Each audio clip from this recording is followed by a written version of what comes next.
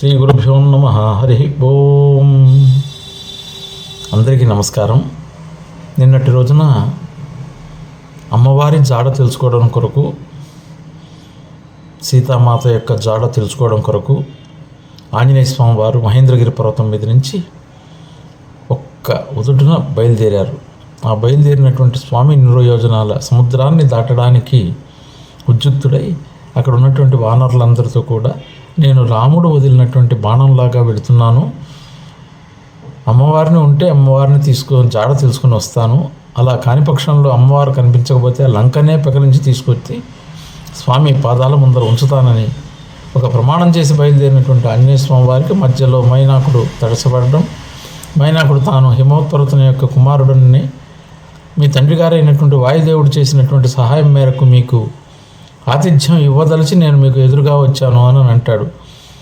దానికి స్వామితో మాట్లాడినటువంటి శ్లోకంలో అతిథి కిల పూజార్హో ప్రాకృతోపి విజానత ధర్మం జిజ్ఞ సమానేన కిం పునరాదృశ్యో భవాన్ అంటాడు.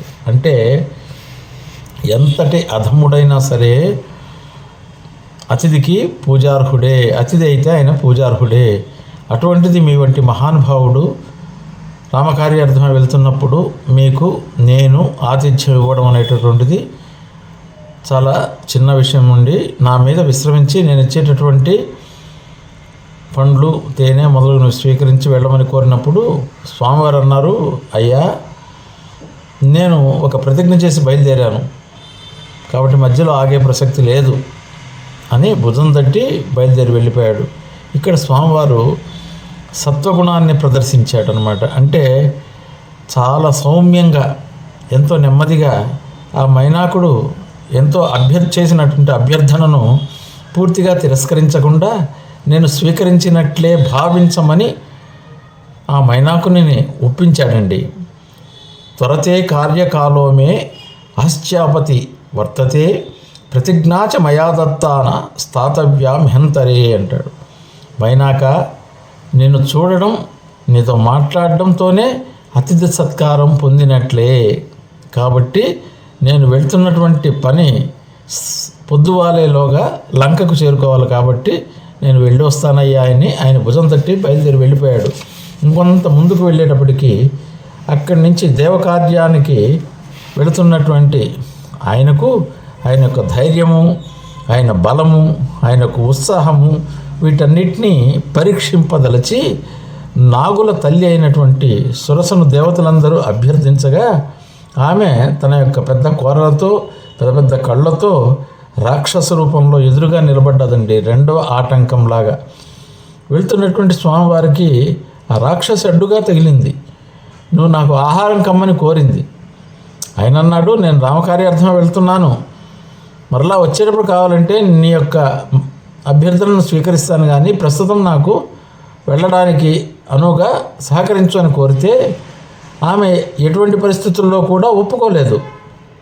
ఆమె తస్యా సకాశం దూతోహం గమిష్యే రామశాసనాత్ కర్తుమర్హసి రామస్య సాహ్యం విషయవాసిని ఆగమిష్యామితే వక్త్రం సత్యం ప్రతిశృణోమితే. ఓ సురస, నేను రామచంద్రుని యొక్క పని మీద వెళుతున్నాను, నువ్వు నాకు సహాయపడదగిన దానివి, నేను తిరిగి వచ్చేటప్పుడు నీ నోట్లోనికి వెళతాను అని చెప్పి స్వామివారు చెప్పాడు. కానీ ఆ సురస కాదని తన నోరును పెద్ద చేసింది.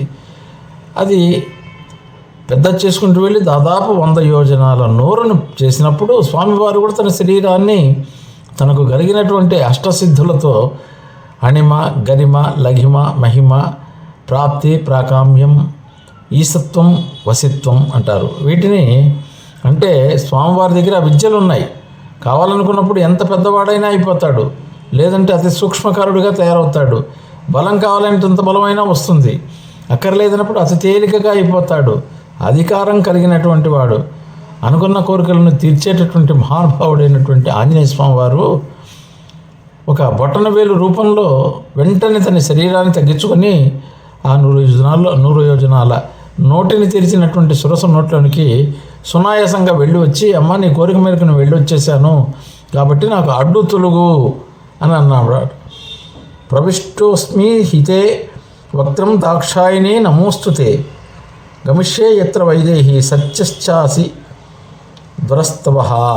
అంటే ఓ దక్షపుత్రిక, నువ్వెవరో నాకు తెలిసింది, బ్రహ్మవరం వల్ల ఇలా చేయగలిగావు, నీకు నమస్కరిస్తున్నానమ్మా, సీత వద్దకు వెళ్ళాలి, పక్కకు తొలుగు అన్నప్పుడు ఆమెన్నది, అర్ధసిద్ధి హరిశ్రేష్ఠ గచ్చ సౌమ్య యథాసుఖం సమానస్య వైదేహీం రాఘవేణ మహాత్మనః. నీ పని సాధించడానికి సుఖంగా వెళ్ళు, సీతమ్మ వారిని రాముని చెంతకు చేర్చవయ్యా అని ఆమె అన్నది. అప్పుడు సర్వభూతాలు కూడా ప్రశంసించాయన్నమాట. ఆంజనేయ స్వామి వారు ఇక్కడ ఏం చేశాడు, తన యొక్క బుద్ధి బలాన్ని ప్రదర్శించాడనమాట. అంటే ప్రతి చోట కూడా మనము ఒకే రకంగా మాట్లాడకూడదు, అవసరమైన దగ్గర అవసరమైన రీతిలో ప్రవర్తించాల్సి ఉంటుంది. మూర్ఖుడి దగ్గర బుద్ధితో మాట్లాడితే అతను అర్థం చేసుకోలేడు, కాబట్టి అతనికి తగ్గట్టుగా వ్యవహరించాలి. దానికే మన వాళ్ళు సామదాన భేద దండోపాయాలను కూడా అంటారు. అంటే అవసరమైన దగ్గర అనుకోగా ప్రవర్తించాలి. కొన్ని చోట్ల అర్థం అంటే డబ్బులు ఖర్చు పెట్టైనా మనకు కావాల్సినటువంటి పని అయ్యేటట్టుగా చూసుకోవాలి. కొన్ని చోట్ల బలాన్ని ప్రయోగించాల్సి ఉంటుంది. కాబట్టి ఇక్కడ స్వామివారు తన యుక్తి ద్వారా అమ్మవారి నోట్లోనికి వెళ్ళేసి వచ్చేసి తను వెళ్ళడానికి తిరిగి ఉద్యుక్తుడయ్యాడు. ఆంజనేయ స్వామి వారు అదే వేగంతో చారణ మార్గంలో ఎగిరి వెళుతూ ఉన్నాడనమాట. ఆ చారణ మార్గంలో దేవతల విమానాలు తిరుగుతూ ఉంటాయి, అలాగే పెద్ద పెద్ద వాళ్ళ యొక్క దేవతల యొక్క రథాలు తిరుగుతుంటాయి. పిడుగులు అగ్ని రగిల్చేటటువంటి చోటు, దేవేంద్రుని ఐరావతం నడిచేటటువంటి చోటు, విశ్వాసుడు అనేటటువంటి గంధర్వుడిని విశ్వావసుడు అనేటటువంటి గంధర్వరాజు నివాసం ఉండేటటువంటి చోటు, విద్యాధర సమూహాలు, అశ్విని మొదలైన నక్షత్రాలు, కుజుడు మొదలైనటువంటి గ్రహాలు, సూర్య చంద్రులు ఎప్పుడూ తిరుగుతూ కనిపిస్తూ ఉండేటటువంటి చోటు. ఆ దారిలో ఈయన చారణ మార్గంలో స్వామివారు వెళుతూ ఉన్నారు. పోతున్నటువంటి ఆయనకు ఉన్నట్టుండి లంకా నగరానికి కొంత యువతల ప్రాంతంలోనే సముద్రం పైభాగంలో వెళుతున్నటువంటి హనుమకు తన నీడను ఎవరో పెట్టి లాగేస్తున్నట్టుగా అనిపించింది. అంటే తను వెళ్తున్నాడు కదా, తను కిందికి ఎవరో లాగేస్తున్నారు సముద్రంలోకి అన్నట్టుగా అనిపించి కిందికి గమనిస్తే ఆ నీడను పట్టుకొని లాగేస్తోంది సింహిక అనేటటువంటి ఒక రాక్షసి. స్వామివారు బయలుదేరేటప్పుడే సుగ్రీవుడు ఒక హెచ్చరికగా చెప్పాడు, హనుమ, లంకానగరానికి యువతల సింహిక అనే రాక్షసిని ఏర్పాటు చేశాడు. ఆమె రాహుకేతువుల యొక్క తల్లి, మంచి బలాఢ్యురాలు. ఆ రాక్షసిని తప్పించుకొని వెళ్ళడం అనేటటువంటిది అసాధ్యమైనటువంటి కార్యం. కాబట్టి నువ్వు వెళ్తున్నావు, ఆ ప్రాంతంలో జాగ్రత్తగా వెళ్ళు. ఆ రాక్షసి యొక్క తన యొక్క యుక్తిని నువ్వు ఏ విధంగానైనా ఛేదించి ముందుకు సాగి రావయ్యా అని చెప్పి సుగ్రీవుడు ఒక హెచ్చరికగా చెప్పున్నాడు ఆంజనేయ స్వామి వారికి. కాబట్టి స్వామి పోతూ ఉన్నాడనమాట. తను పోతూ శరీరాన్ని పెంచసాగాడు.